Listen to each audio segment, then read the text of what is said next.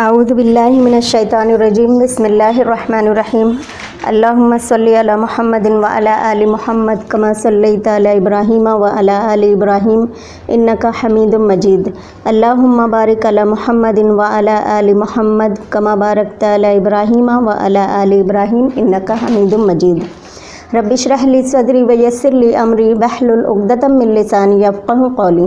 السلام علیکم ورحمۃ اللہ وبرکاتہ۔ وعلیکم السلام ورحمۃ اللہ وبرکاتہ۔ سیرت النبی میں چند سوالات میں کرنا چاہتی ہوں آپ لوگوں سے، جو ہے مدنی دور کا دوسرا مرحلہ یعنی ٹرننگ پوائنٹ کب سے ثابت ہوتا ہے؟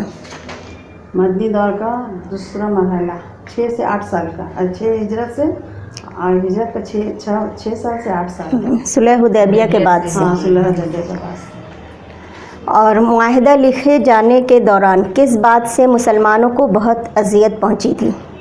یہی کہ یہاں کے مسلمان جو مکہ سے جو مسلمان یہاں، یہ بھی ایک ریزن تھا، اور ایک ریزن نہیں کریں گے، ہاں، واپس جانا، ہاں، اور حضرت ابو جندل رضی اللہ عنہ کو واپس بھیجنا۔ حضرت ابو جندل اور حضرت ابو بصیر نے اپنا ٹھکانہ کہاں بنایا تھا؟ اور وہ ساحلی میدان میں جا کر کے دور تجارتی شاہراہ پر۔ ہاں، مکے سے آنے والی مومنات مہاجر خواتین کو کیوں واپس نہیں کیا گیا؟ کیونکہ اس میں معاہدہ میں عورتوں کا ذکر نہیں، تو وہ مرد تھے۔ ہاں، صلح حدیبیہ کو قرآن کی کس سورہ میں بیان کھلی کامیابی کہا گیا ہے؟ فتح میں، فتح میں۔ سورہ فتح۔ تو گزشتہ سبق میں ہم نے کیا پڑھا تھا؟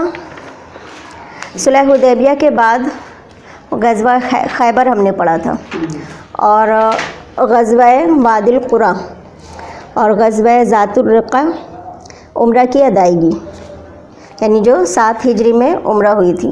تو عمرہ میں رسول اللہ صلی اللہ علیہ وسلم مکہ میں کتنے دن رہے تھے؟ 3 دن، ٹھیک ہے۔ مکے میں آپ صلی اللہ علیہ وسلم نے 3 دن قیام کیا، تو عباس رضی اللہ عنہ جو آپ کے چچا تھے، انہوں نے آپ کو میمونہ رضی اللہ عنہا کا رشتہ دیا۔ میمونہ کون ہے؟ ام فضل کی بہن، یعنی حضرت عباس کی سالی ہوئی، ام فضل کی بہن ہے۔ تو عبداللہ بن عباس جو مشہور صحابی ہیں، یہ ان کی خالہ ہیں، یعنی ان کی یہ جو نکاح ہوتی ہے رسول اللہ صلی اللہ علیہ وسلم سے حضرت میمونہ کی، یہ آخری نکاح ہے، یعنی میمونہ سب سے آخری بیوی ہے، اور 500 درہم حق مہر کے عوض میں ان کی نکاح ہوئی تھی۔ اور میمونہ جو تھی وہ انتہائی اللہ والی تھی، بہت متقی خاتون تھی۔ حضرت عائشہ صدیقہ رضی اللہ عنہا فرماتی ہیں کہ میمونہ ہم میں سب سے زیادہ اللہ سے ڈرنے والی تھی اور صلہ رحمی کا خیال کرنے والی تھی، اور ان کی وفات 51 ہجری میں صرف کے مقام پر ہوتی ہے۔